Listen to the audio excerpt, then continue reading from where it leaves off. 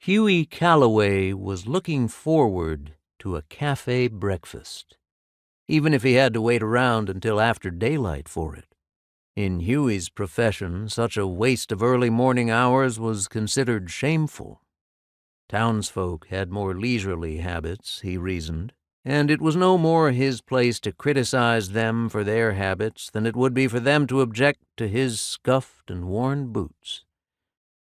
He had spent the night at the wagon yard in Durango, intending to pass straight on through town on the way to visit his friend Hanley Baker several miles to the northeast. That plan meant he would be cooking his own breakfast, and he would freely admit to being a lousy cook. A cafe meal sounded much more to his liking, especially at the little establishment he knew from previous experience turned out an excellent pan of biscuits. He had eaten little but his own cooking for some time, and would be obliged to eat plenty more soon enough, so he sat on the edge of the plank porch outside the cafe, watching the sun peek over the mountains to the east. His brown horse stood balanced on 3 legs, saddled and tied to the rail several feet down the porch.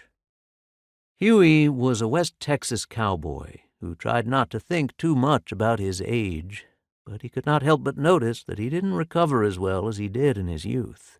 Any more a bad wreck or a good night in town was harder to get over, and since turning 30 several years back, there had been a slight stiffness in the morning, and that was on the good mornings. Not enough to change his ways by any means, but certainly enough to notice.